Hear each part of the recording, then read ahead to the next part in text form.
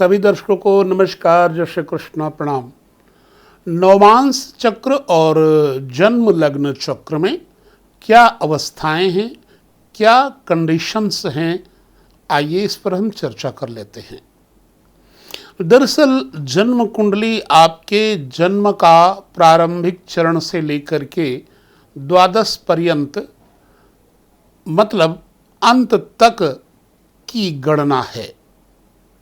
जन्म कुंडली में लग्न के अंतर्गत बैठा हुआ ग्रह आपको जीवन के प्रथम परिधि का फलादेश देता है, परंतु नवमांस चक्र में ठीक इसके विपरीत अवस्था है।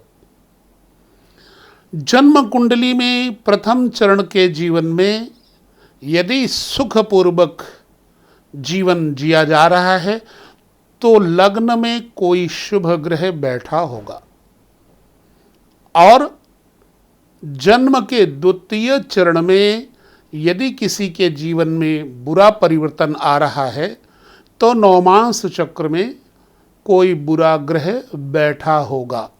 इसको हम कैसे समझें? क्योंकि जन्म लग्न जो है ठीक नवमांस लग्न उससे 9th भाग है, नवांश है।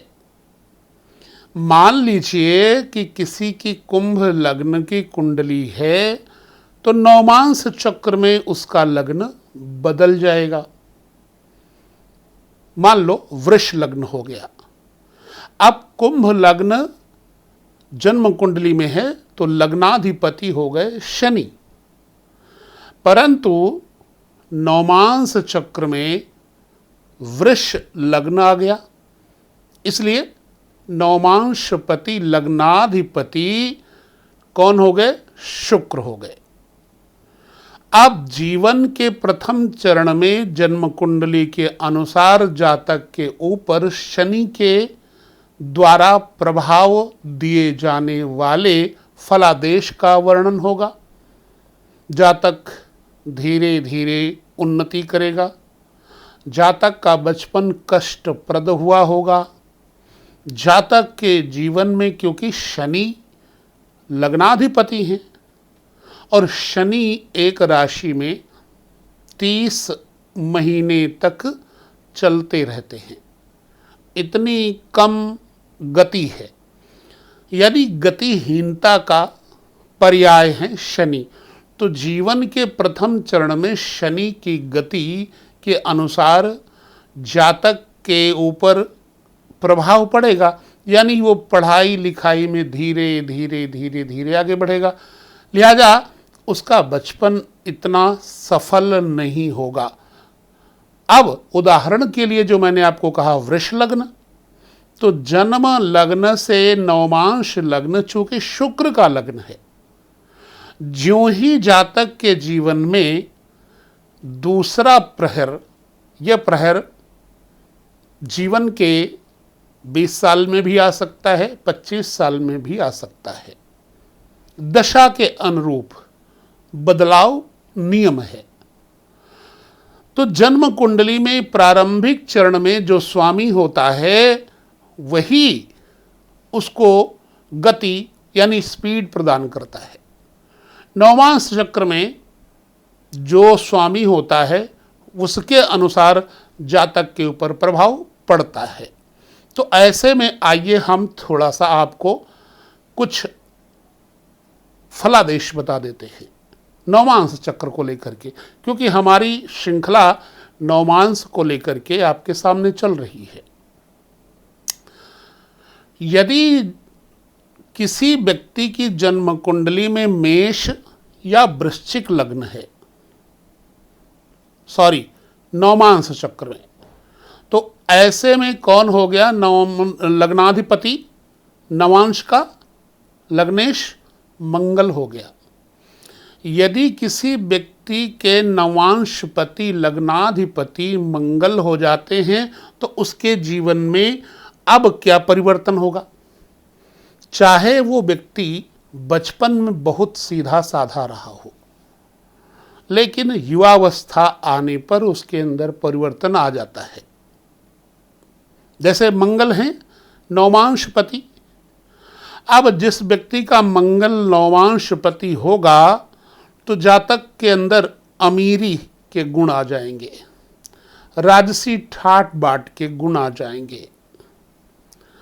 हाँ, नयन नक्श सामान्य होंगे, लेकिन इस व्यक्ति में साहस, निर्भीकता उत्पन्न हो जाएगी द्वितीय चरण में, अर्थात ये निडर हो जाएगा। ये किसी से भी युद्ध कौशल में पराजित नहीं होता। चूंकि मंगल एक भोग प्रधान भी है, वीर्य प्रधान ग्रह है, बल, शक्ति, ओज इसमें बहुत है। तो जब मेष या वृश्चिक लग्न होगा तो जातक का नवमांशेष हो जाएगा मंगल। ऐसे में जातक के अंदर सेक्स संबंधी मामलों में विशेष करके रुचि उत्पन्न हो जाती है, भोग में वृत्ति। क्यों? क्योंकि मंगल के अंदर साहस है, कामुकता भी है। अब अगर मेष या वृश्चिक लग्न है तो ऐसे व्यक्ति के अंदर आस्तिकता कम हो जाएगी, कर्मठता बहुत आ जाएगी। आस्तिकता माने देव पूजा, आराधना इत्यादि में उसका मन नहीं लगेगा। कारण मंगल रजह प्रधान है, रजोगुण आ जाएंगे, इसमें कर्म प्रधानता आ जाएगी। और यह व्यक्ति अपनी मेहनत से धन कमाएगा, राजसी ठाट बाट भोगने में कोई कसर नहीं छोड़ेगा। अंततः इसके अंदर एक दुर्गुण आ जाता है, कंजूसी आ जाती है। मंगल द्वितीय चरण में जातक को, आयु के द्वितीय चरण में जातक को राजसी ठाट बाट वाला बना देगा। अर्थात वो चाहे बचपन में गरीब रहा हो, लेकिन अपनी मेहनत से द्वितीय अवस्था में ये सुखी हो जाएगा, धनवान हो जाएगा। अब मान लीजिए कि बुध है आपका नवमांशपति, मिथुन और कन्या लग्न यदि हैं नवमांश चक्र में, तो बुध हो गया। अब बुध का स्वभाव सुंदरता लिए हुए है, राजकुमार की तरह है। बचपन में चाहे नाक बहती रही हो, बचपन में चाहे गंदगी का ढेर रहा हो, ग्रह के लग्न के अनुसार, लेकिन नवमांश चक्र में मिथुन या कन्या लग्न आ गया तो नवमांश शेष हो गए बुध। ऐसे में जातक के केश थोड़े घुंघराले हो जाते हैं, वो अपने को साज सजा के रखता है। आंखों में सुंदरता, घुंघराले बाल, छाती थोड़ी चौड़ी, और ये क्या है, प्यार और स्नेह से भरपूर व्यक्तित्व दे देता है।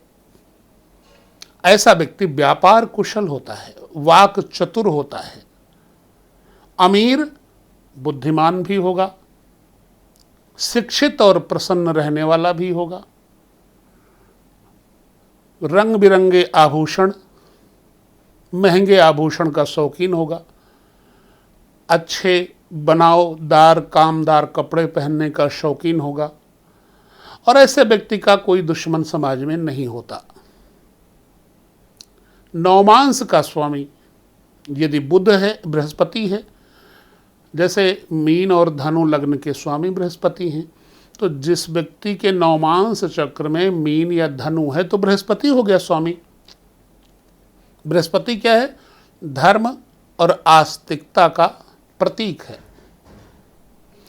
अब ऐसे में जातक का गौर वर्ण हो जाएगा, स्वर्ण कांति में उसकी आभा हो जाएगी, उसके अंदर एक आकर्षण होगा, एक सुगंध होगी, और बुद्धिमान व्यक्ति तो होगा ही, न्यायप्रिय भी होगा। न्याय के मामले में यह है निष्पक्ष न्याय करता है। अक्सर ऐसे लोग न्यायकर्ता, जज आदि बन सकते हैं जिनका बृहस्पति नवमांश चक्र में हो और लग्न भी हो, पुष्करांश में इत्यादि में हो, तो ऐसा जातक निश्चित है जज वगैरह बन सकता है, अच्छा वकील बन सकता है, अच्छा डॉक्टर बन सकता है, अच्छा विचारक बन सकता है। प्रोत्साहन देने वाला, धर्म रुचि उत्पन्न करने वाली वाणी होगी इस जातक के अंदर। महंगे आभूषण और अमीर लोगों की तरह रहना, इसका शौक होता है। और ये कलात्मक होता है व्यक्ति, और स्त्रियों के द्वारा इस व्यक्ति की पूजा होती है, मतलब आदरणीय होता है। ये इस व्यक्ति के मित्र और बच्चे अच्छे होते हैं। नवमांस चक्र में यदि बृहस्पति स्वामी है तो। अब शुक्र यदि देखें नवमांसेश है, लग्नेश है नवमांस चक्र का, वृष और तुला ये दो राशियों के स्वामी हैं शुक्र। यदि शुक्र स्वामी हैं तो जातक को अमीरी देंगे ही देंगे द्वितीय अवस्था में, आध्यात्मिक वाद भी देंगे। यह व्यक्ति सुंदर भी होगा, आकर्षक भी होगा, अच्छे कर्म करने वाला होगा, वाणी में माधुरी होगा, मिठास होगी। अक्सर ऐसे लोग मधुभाषी कहे जाते हैं। अनेक प्रकार के वाहनों का शौक और बहुत अधिक सुख प्राप्ति का योग भी बन जाता है। ऐसे लोगों को अच्छी महिलाओं की संगति इसको मिलती है। ये महिला प्रधान ग्रह है, इसलिए महिलाएं इसकी चाहत बन जाती हैं, महिलाएं इसको चाहती हैं। शनि कुंभ मकर लग्न यदि है तो ऐसी अवस्था में जातक के अंदर स्वतंत्र विचार आ जाएंगे दूसरे चरण में। पहले ये बहुत अच्छा रहा होगा, लेकिन अंत में इसकी गति धीरे धीरे कम होने लगती है, क्योंकि नवमांश में कुंभ या मकर लग्न है। तो ऐसे जातक द्वितीय अवस्था में थोड़े कटुवादी हो जाते हैं, उग्रता आ जाती है, किसी भी कार्य को धीरे धीरे संपादित करते हैं। अच्छी प्रतिभा, इन लोगों को कृषि प्रधान कहा गया है। हालांकि इनका शरीर कमजोर होता है, दुबले पतले होते हैं, स्वभाव में गुस्सा रहेगा। इनकी धार्मिक मामलों में कोई रुचि नहीं होती। प्रायः अक्सर देखा जाता है ये लोग नास्तिक प्रकृति के हो जाते हैं और मुकदमे इत्यादि में इनको परेशानी झेलनी पड़ती है। और इनका धन भी प्रायः चोरों के द्वारा चुराया जा सकता है, क्योंकि शनि दुखमय जीवन भी देते हैं। तो जिन लोगों का नवमांस चक्र में मकर या कुंभ लग्न है, उनकी स्थिति ऐसी है। अब ऐसी अवस्थाएं प्रायः देखी गई हैं।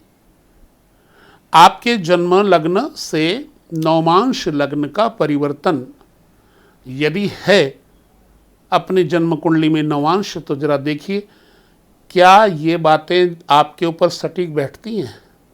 मैंने तो जिसके साथ तालमेल करके देखा है, वास्तव में सटीक बैठते हुए ही देखा है। नवमांश के इन सिद्धांतों को आगे और भी हम आपके साथ लेकर चलेंगे, बात करेंगे फलादेश की। फिलहाल इस वीडियो में आपके विचार जानना जरूरी है। विदा लेते हैं, अगले वीडियो में पुनः मिलेंगे। तब तक जय कृष्ण कृष्ण, नमस्कार, प्रणाम।